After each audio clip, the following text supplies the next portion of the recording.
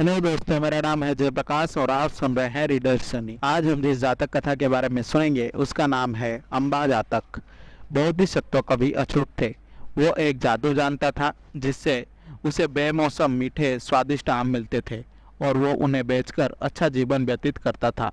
एक युवक जिसके दिवंगत पिता एक शाही पादरी थे, भारत भर में यात्रा कर रहा था और बोधिसत्व के गांव में आया था। जब उसने उसे पके आम बेचता देखा तो उसने मंत्र सीखने की ठान ली। पहली नज़र में बोधिसत्व बता सकते थे कि यह आदमी एक बुरा व्यक्ति था। हालांकि वो उसे अपने नौकर के रूप में काम करने देने के लिए सहमत हो गया।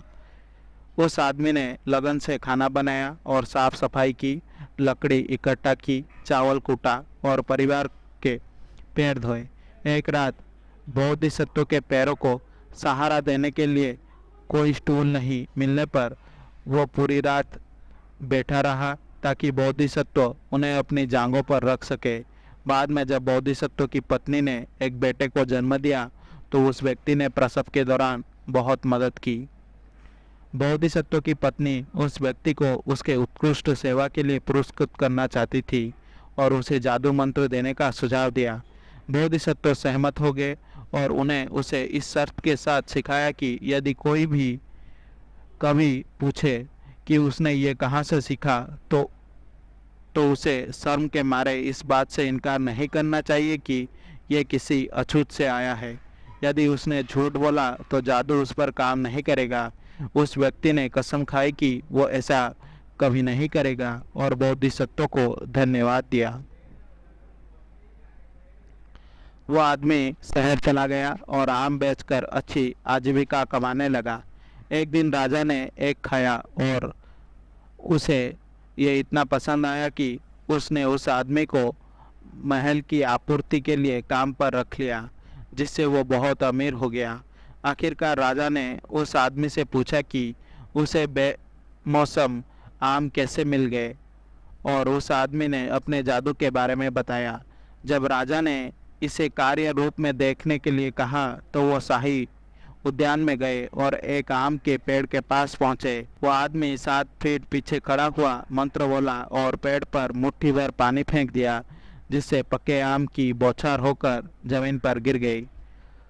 जब राजा ने पूछा कि किस अद्भुत व्यक्ति ने उसे ये मंत्र सिखाया है तो उस व्यक्ति को राजा के साथ अपनी प्रतिष्ठा खोने का डर था, इसीलिए उसने झूठ बोला और कहा कि उसने इसे तक्षशिला में एक विश्व प्रसिद्ध शिक्षक से सीखा है। और उसी क्षण जब उन्होंने बोधिसत्व का खंडन किया, जादू चला गया।